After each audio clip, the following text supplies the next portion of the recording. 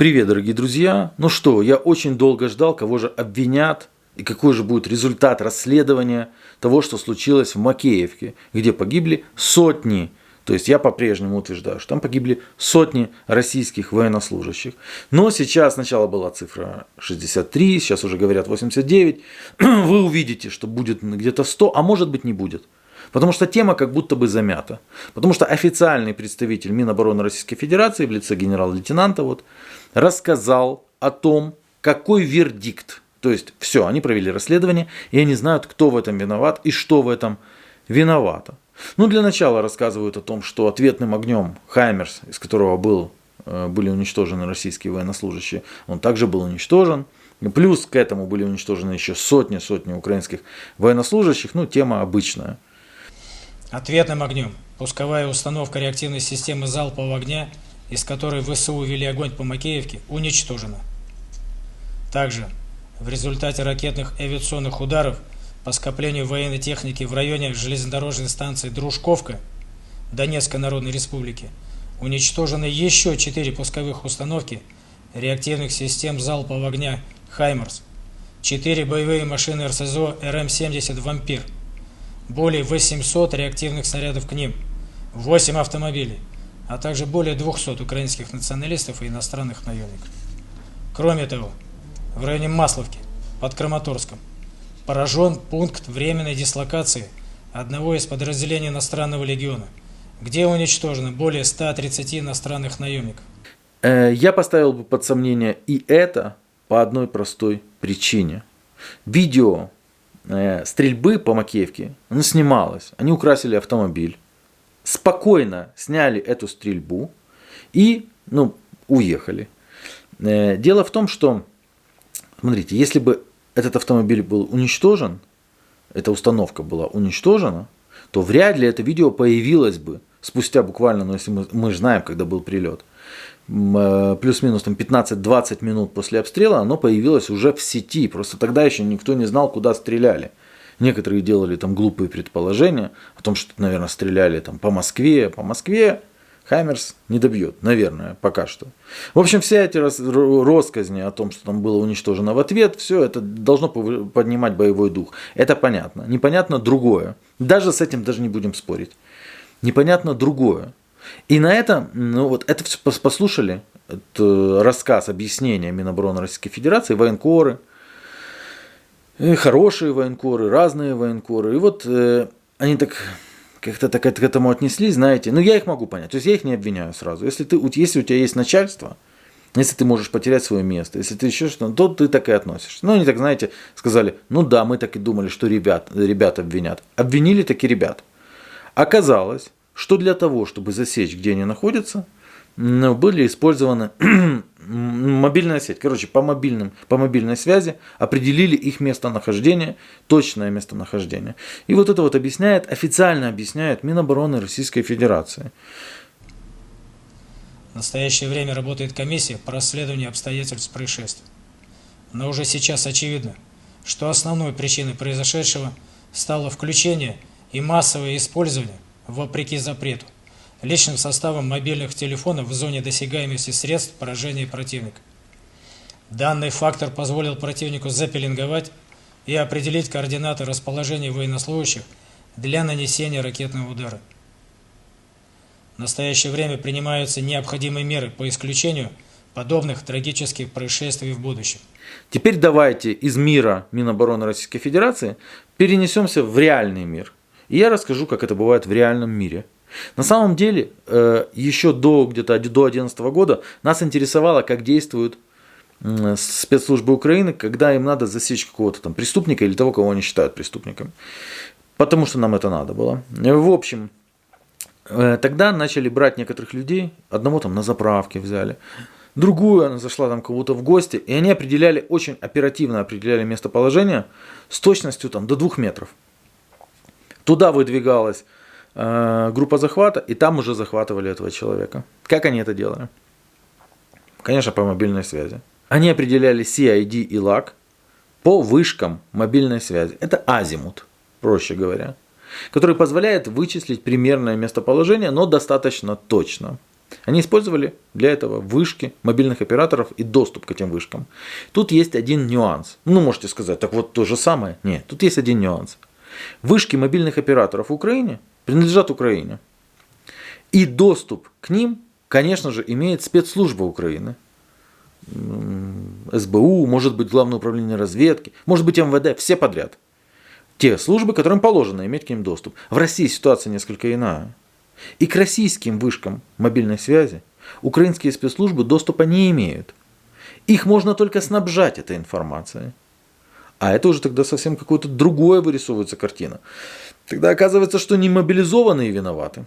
Смотрите, дорогие друзья, ни для кого не секрет, что уже более 2 лет ДНРовским военнослужащим запрещено иметь карты там, Водафона и так далее, да, только карты Феникса. Феникс – это местный оператор, другие там не работают даже. Феникс – местный оператор мобильной связи. И он давным-давно интегрирован уже в российские сети.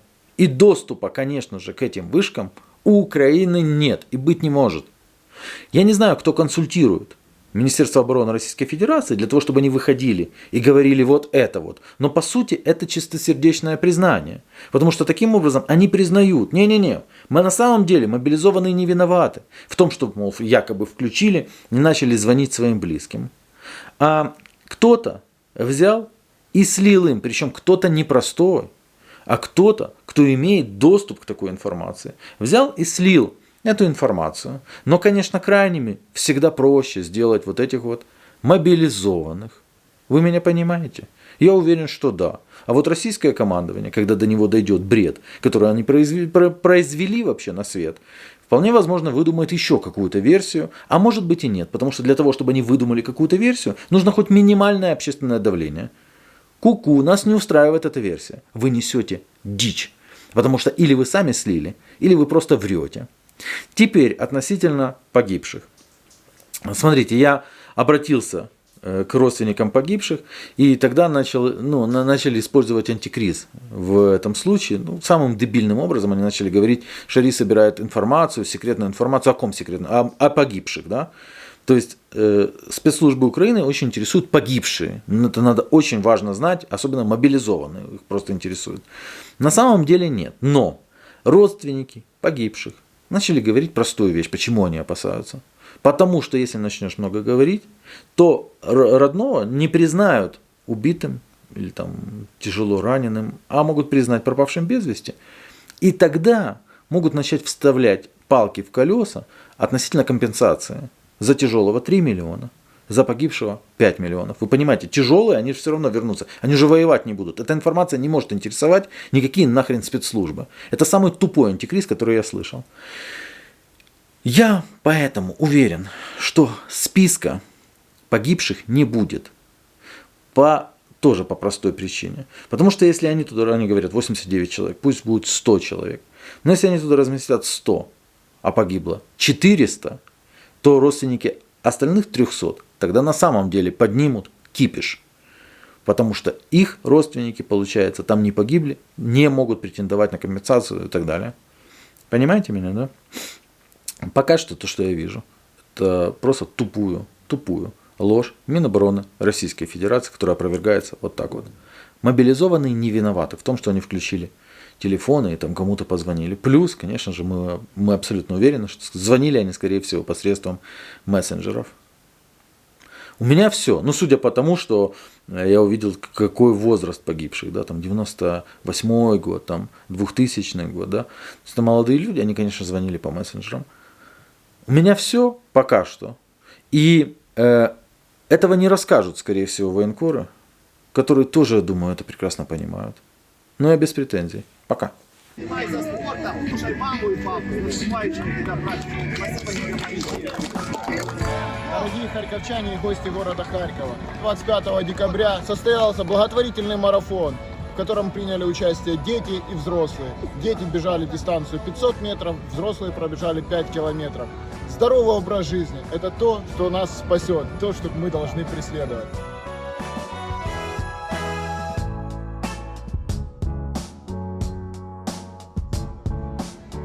Также благодаря этому благотворительному марафону собраны были средства в 6,5 тысяч гривен, а также будет передана гуманитарная помощь в одно из учреждений детских лечебных, которые нуждаются в помощи. Быть добру.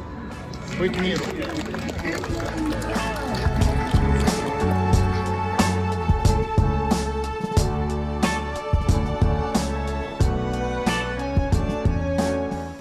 Спасибо нашим волонтерам за доставку продуктов, которые нам в такое тяжелое время всегда помогут.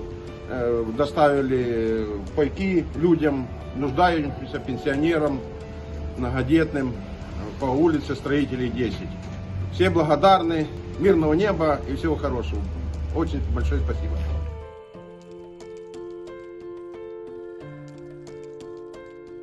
Дякую за гуманітарну допомогу. Дякую велике за гуманітарну допомогу. Завдяки таким людям, як ви, наша перемога наближається до нас скоріше. Спасибо огромное за гуманитарную помощь для моей мамы.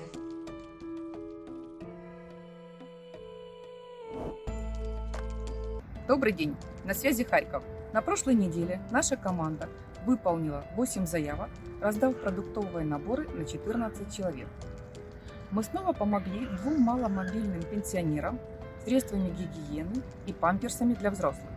Спасибо волонтерам, которые помнят о нас, пожилых людях, которые помогают нам. Огромное им спасибо. Также мы передали детское питание и памперсы для малышей в 2 семьи.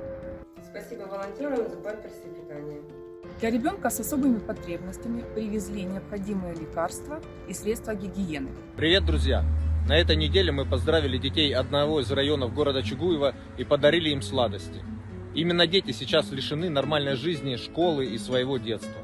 Поэтому мы решили своими подарками сделать их хоть немного счастливее и поздравить с наступающим Новым годом. Алиса.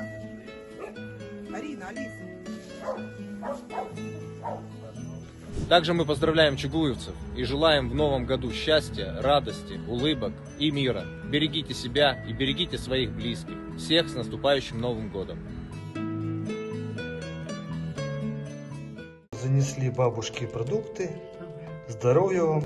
Большое спасибо за вашу работу, за то, что вы беспокоитесь обо всех. Держитесь. Здоровья вам! Спасибо. Мама, конечно, не ходячая, сейчас занимаюсь ей, но все будет хорошо. Спасибо огромное. Всем блага и мира на земле. Несмотря ни на что, помогают нам николаевцам. Огромное вам спасибо. Спасибо. Всего доброго. Здоровья вам. Держитесь. Николаев благодарит всех, кто в это сложное время помогает нам с гуманитарной помощью.